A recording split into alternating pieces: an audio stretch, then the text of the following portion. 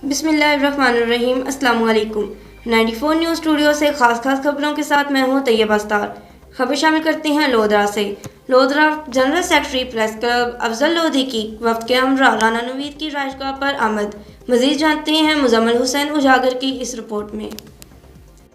तफसील के मुताबिक गुज़िश्ता रोज़ general secretary press club Lodhran Mohammad Afzal Khan Lodhi, deputy general secretary Javed Khan Baloch, member press club Muzammil Ujagar और दीगर के हमरा राना नवीद की रिहाइशगाह पर वफद की सूरत में आमद। राना नवीद को तहसील सदर, अब्दुर्रहमान को ज़िली जनरल सेक्रेटरी जबकि मोहम्मद कासिम को deputy general secretary Pakistan Tehreek Insaf youth wing बनने पर फूलों के हार पहनाए और मुबारकबाद पेश की और अपनी नेक ख्वाहिशात का इजहार किया। इस मौका पर राना नवीद ने रिहाइशगाह पर आमद पर इनका शुक्रिया अदा किया।